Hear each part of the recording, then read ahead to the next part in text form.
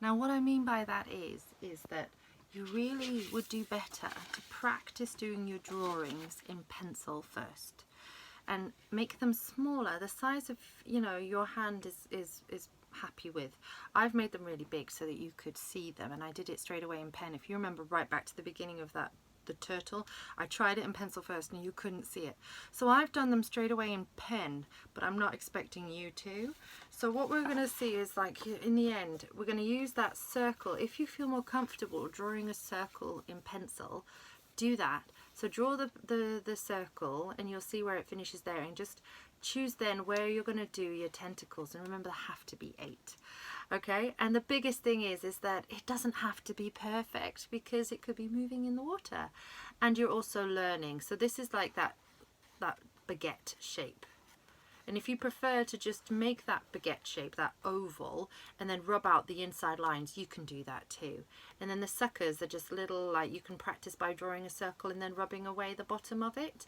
And the smile, that will wobble at first. It really will. Remember, I'm a lot older, I've had a lot more practice, and that's why, for me, that certain line. But then again, if you look, I did a little wobble too, so it can happen. It's for fun. It's not meant to be good, bad or anything. It's meant to be fun. The seahorse, I've drawn the tail on this one all the way over here. If you look at the other example I have, the seahorse's tail is different, so it can change each time. Alright, so this one is a little bit, the nose is a little bit shorter. On this one, I really enjoyed the fact that the nose was a lot longer.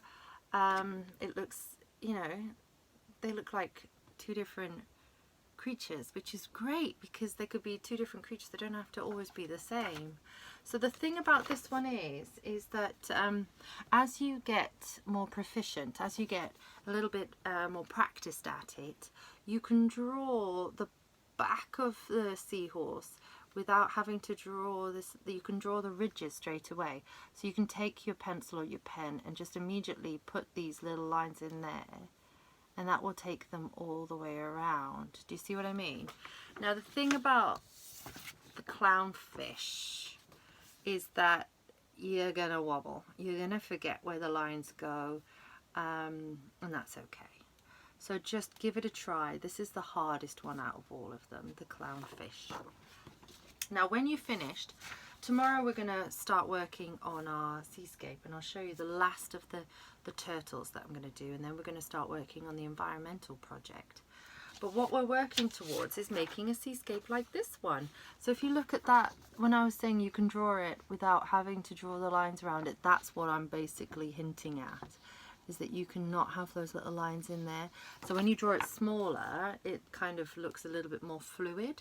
So in the end, that's what we're working towards, making a lovely little seascape with all of your creatures. So we'll do that tomorrow. So we'll learn this last little turtle here, and then you can put all of your sea creatures together and you can create that seascape. And that will go next to your more serious environmental project, which we're going to be doing over the weekend. And that should be then 2 completely different and contrasting pieces of work, and I can't wait to see how it all ends out. And I'd love for you all to share pictures of them, because I do feel the isolation right now and not being able to see all your beautiful work, and I love seeing your work.